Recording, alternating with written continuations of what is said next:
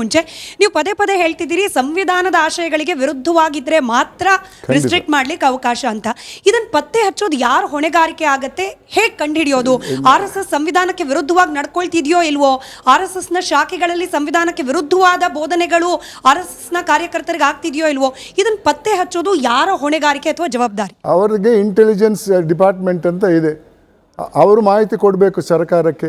Home ಮಿನಿಸ್ಟ್ರಿಗೆ ಕೊಡ್ತಾರೆ, ಇವರು ಇಂದಿಂಥ ಒಂದು ಮೀಟಿಂಗ್ ಮಾಡಿದರು, ಆ ಮೀಟಿಂಗಲ್ಲಿ ಈ ರೀತಿ ನಿರ್ಧಾರಕ್ಕೆ ಬಂದಿದ್ದಾರೆ, ಅದರಿಂದ ಕಾನೂನಿನ ಉಲ್ಲಂಘನೆ ಆಗ್ತದೆ ಅಥವಾ ಆಗುವಂಥ ಸಂದರ್ಭಗಳು ಇವೆ ಅಂತ ಮಾಹಿತಿ ಬಂದೇ ಬರ್ತದೆ ಸರ್ಕಾರಕ್ಕೆ. ಅಂಥದ್ದಿದ್ದರೆ ಅಂಥ ದಾಖಲೆಗಳನ್ನು ಅವ್ರು ಪ್ರೊಡ್ಯೂಸ್ ಮಾಡಬೇಕು. ಇಲ್ಲದ್ರೆ ಇಷ್ಟ ಬಂದಂಗೆ ನೀವು ಕೋಮುವಾದ ಮಾಡ್ತಾ ಇದ್ದೀರಾ, ನಿಮ್ಮ ರಾಜಕೀಯ ವಿಚಾರಗಳು ದೇಶಕ್ಕೆ ವಿರುದ್ಧವಾದದ್ದು ಅಂತ ಹೇಳೋಕ್ಕೆ ಪುರಾವೆ ಬೇಕು. ಪುರಾವೆ ಇಲ್ಲದೆ ಮಾಡೋಕ್ಕೆ ಸಾಧ್ಯವಿಲ್ಲ.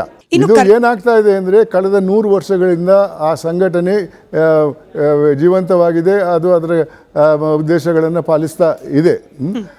ಅದರಿಂದ ಒಂದು ರಾಜಕೀಯ ಪಕ್ಷಕ್ಕೆ ಲಾಭ ಆಗಬಹುದು ಅನ್ನೋ ಹಿನ್ನೆಲೆಯಲ್ಲಿ ಇನ್ನೊಂದು ರಾಜಕೀಯ ಪಕ್ಷ ಅವರ ವಿರುದ್ಧ ಆ್ಯಕ್ಷನ್ ತಗೊಳ್ತಾ ಇದ್ದಾರೆ ಅನ್ನೋದು ನನ್ನ ವಿಚಾರ. ನಾನು